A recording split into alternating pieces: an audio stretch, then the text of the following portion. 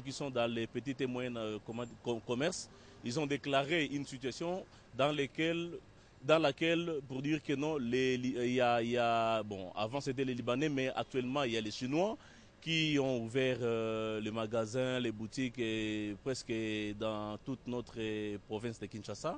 Mais même dans nos quartiers, même dans des quartiers plus bas ou des arrière-quartiers, mais leurs boutiques fonctionnent de 7h peut-être jusqu'à minuit. Au moment où, quand vous circulez vers l'avenue du commerce et partout en ville, vous verrez que les magasins ouvrent de 8h à 15h, comme prévu par la loi. Mais avec les Chinois, et ils vont jusqu'au-delà. Mais aller jusqu'au-delà, ça ne pose pas de problème. Mais quand ils viennent ici pour nous vendre des petits trucs, même des boutons qui sont vendus à 10 francs, 50 francs, même des petits bonbons. Mais nous, les Congolais, nous, les gens qui débrouillent, avec des petits moyens qu'ils ont, les mamans et nos frères, ils vont faire quoi? Parce que quand les gens nous disent que non, les Congolais n'ont pas des initiatives, non, mais nous avons de, de petits commerces que nous, Congolais, nous faisons. Parce que c'est dit manque aux moyens financiers.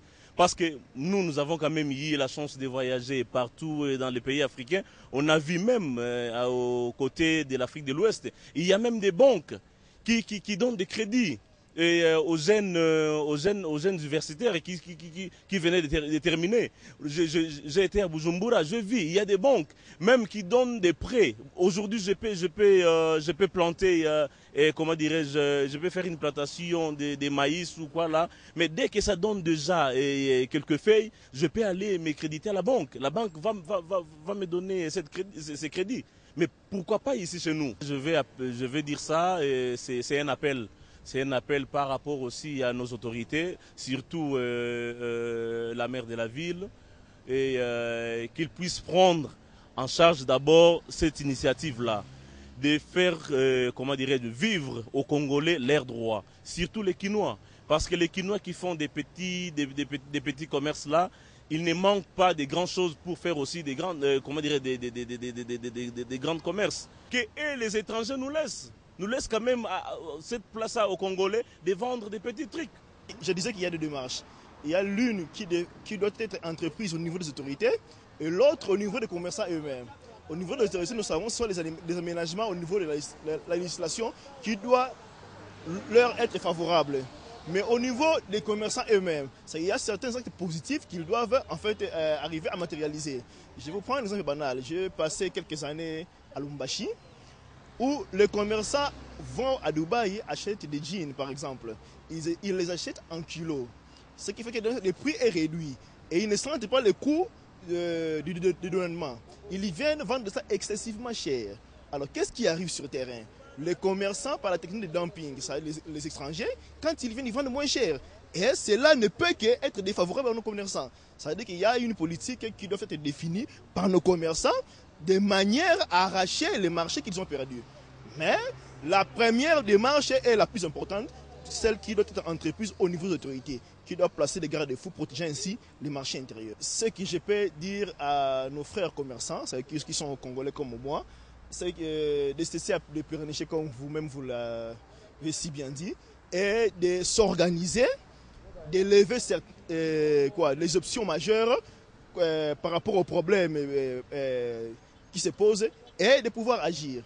Et ce n'est que peut-être après que l'autorité viendra, les autorités viendront les soutenir. Parce que le meilleur défenseur d'une cause est la victime de la cause.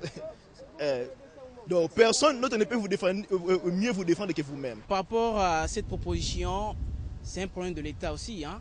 L'État va essayer un peu de revoir ce truc-là de petits commerces. C'est parce que vous voyez, même les étrangers ont intégré à faire des petits commerces. Mais par contre, dans d'autres pays tels qu'au niveau de Brazzaville, ou dans des pays organisés, je peux dire, même le Nigeria, les petits commerces pour les étrangers n'est pas autorisé.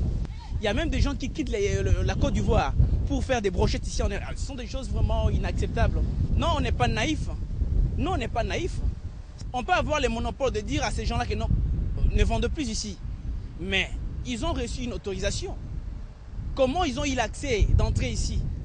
Ce n'est pas non. On doit responsabiliser qui est à la base, qui fait entrer ces gens-là ici, qui autorise ces gens-là donc de faire tous ce genre de petits commerces? Je ne parle pas de refus des étrangers parce que lorsqu'on refuse nos frères au niveau de l'Europe, moi je suis très mécontent. Je ne parle pas de refus, mais je parle de petits commerces.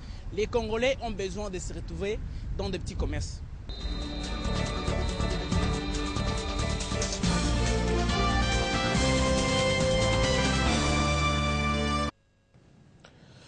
Loin de nous, l'idée d'entretenir et de cultiver la xénophobie parce que il est écrit qu'on doit respecter les droits des faibles et surtout protéger l'étranger quand il est sur votre sol.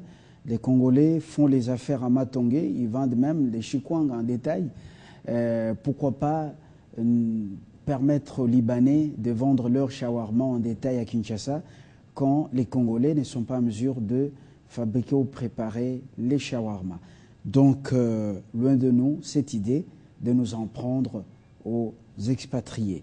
Alors, Samuel, vous avez suivi ces compatriotes. Qu'est-ce que ça vous inspire? Ça, c'est la vérité du peuple. Parce que ça m'inspire, au fait ça me rassure. Ça me rassure de voir que je ne suis pas la seule personne qui pense comme eux. Et raison pour laquelle j'ai accepté votre invitation. Et si vous permettez, je voulais quand même relever un élément important. Tout à l'heure, quand je vous ai parlé du fait qu'ailleurs, avant qu'un étranger vienne faire un travail, ou même partons même à Dubaï, pour faire un commerce quelconque, vous devez vous associer avec un fils du pays, afin que, d'une manière sociale, ça crée un respect, et de l'autre, sur le plan humain, ça nous met égal à égal. Et de l'autre côté, chez nous, ce n'est pas encore le cas, mais au-delà du respect que je voulais chercher à faire comprendre dans l'opinion, qu'ils puissent comprendre maintenant quand je parle des enjeux à venir, c'est que le Congo fait partie d'une association ou bien d'un groupement politique qu'on appelle la SADC. L'autre, c'est la CEAC. Le COMESA et autres. La CPGL, la CPGL et tout ça. Et autres. Chers amis, il y a lieu de comprendre, chers amis et chers frères, chers parents du gouvernement, il y a lieu de comprendre une chose. Pour le moment, ces organisations ne sont que politiques, ne sont pas encore dynamiques et réellement vraies sur terrain. Parce que demain, ce qui va se passer, si le Congolais n'est pas remis dans son droit de gestion du petit commerce, il va s'avérer une chose grave. C'est que quand demain les frontières des pays de la SADC vont s'ouvrir, aujourd'hui on se plaint du petit commerce qui doit rester au fils du pays. Quand demain les frontières de la SADC vont s'ouvrir, quand demain les frontières de la communauté des pays de l'Afrique centrale vont s'ouvrir, il va s'avérer que le Camerounais aura un droit légal de quitter chez lui, venir vendre chez nous. Le Sud-Africain, le Tanzanien aura le droit de quitter chez lui pour vendre chez nous au détail. On n'aura plus le droit de parler au nom de l'intégration régionale. Voilà, de cette intégration régionale. Et ce qui fait que si le Congolais maintenant est déjà remis dans son droit, quand les autres vont commencer à venir, le Congolais aura déjà une posture de mature afin qu'il puisse avoir un partenariat. Sinon, demain, il va s'avérer que le Congolais sera tapis, sera des paillassons pour d'autres nations. Nous ne serons qu'un cadre utile pour eux afin de pouvoir vendre mieux. Parce que déjà par notre population, nous sommes près de 70 millions de personnes, c'est déjà un capital énorme. Et hormis cela, il y a 9 pays qui nous entourent. C'est-à-dire que celui qui quittera l'Afrique du Sud, quittera éventuellement la Tanzanie ou bien le Cameroun, en venant ici, il pourra toucher 9 pays. Vous imaginez un peu, nous allons être comme ces spectateurs qui regardons des athlètes en train de pouvoir gagner des prix, des médailles d'or, des médailles d'argent. Et pendant ce temps, nous serons de ceux qui allons acclamer, pour ne pas dire de ceux qui vont commencer à rester pleurer. Et moi, je ne voudrais pas arriver à vivre cela. Cela est mon cauchemar. C'est l'une des choses qui a fait en sorte que je puisse prendre ce problème à bras le corps pour pouvoir prévenir, comme on dit en français, mieux vaut prévenir que guérir. Et moi, vivre cela, pour moi, ça serait un cauchemar. Et je pense pour la plupart des Congolais, si demain l'intégration régionale devient applicable dans notre pays et qu'on ne nous a pas laissé le temps de pouvoir être, sur le plan financier, être fort, nous allons être la risée du monde. Et je pense que ni vous, ni personne ne voudrait arriver à ce niveau-là. Je pense que c'est ça ma préoccupation majeure. Nous avons un appel, un intervenant au bout du fil. Allô, nous vous écoutons. Bonjour. Allô, bonjour. Oui, allô, nous vous écoutons. Je voudrais vous dire que ce que M. parlait, il faut pas oublier l'affaire des aérianisations avec nos frères congolais aïmois. Il ne faut pas oublier ça. On leur donne des choses, ils vont là-bas, au lieu de faire ce qu'ils doivent faire, ils font autre chose. Est-ce que vous pouvez parler un peu à haute voix? Nous avons du mal à vous entendre. Vous pouvez parler un peu à haute voix? Je dis que oui. Nos frères qui se plaignent des petits commerces de Congolais, avec la zaïrianisation, vous pouvez mettre aussi un point sur ça. La zaïrianisation, où en sommes-nous? La zaïrianisation, où en sommes-nous?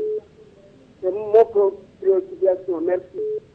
Merci d'être intervenu. Vous faites allusion à la zaïrianisation et dit, mais où en sommes-nous avec cette zaïrianisation? Donc, je crois que c'est une notion déjà dépassée. C'est une notion déjà dépassée, oui.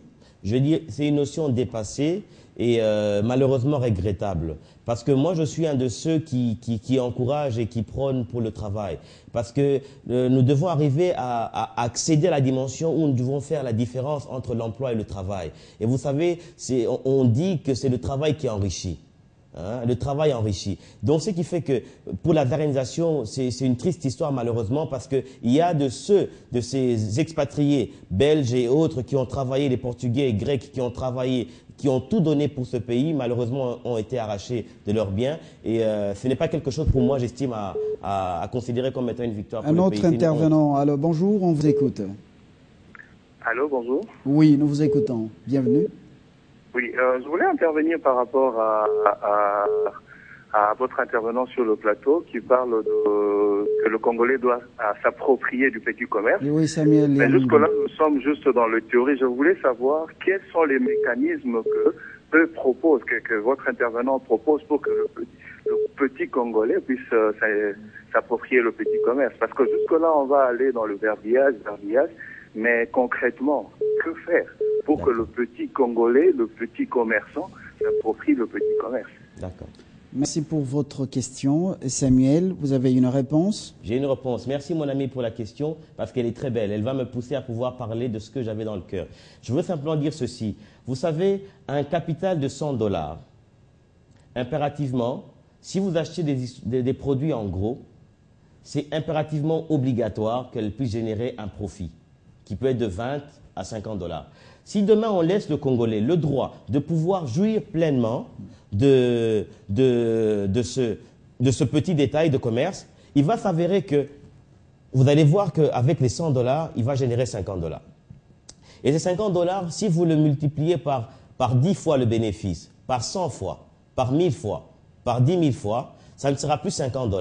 Ça sera 500, 5 000, 50 000, 500 000 et jusqu'à 5 millions. Et cela est possible. Et maintenant, celui qui a les moyens de pouvoir d'avoir une trésorerie de 5 millions de dollars, les idées ne vont pas manquer. Je ne sais pas si M. Fabien, vous vous souvenez quand nous avons eu à partager. J'ai dit simplement ceci. Vous savez, les hommes riches, pour pouvoir protéger leurs capitaux, souvent ils se mettent en confrérie. Et les pauvres, entre guillemets, pour pouvoir se soutenir dans leur faiblesse, ils se mettent aussi en mutuelle pour faire en sorte qu'ils puissent être forts. Kelemba, par voilà. exemple. Et alors, avec cela... Et c'est ce que les Indo-Pakistanais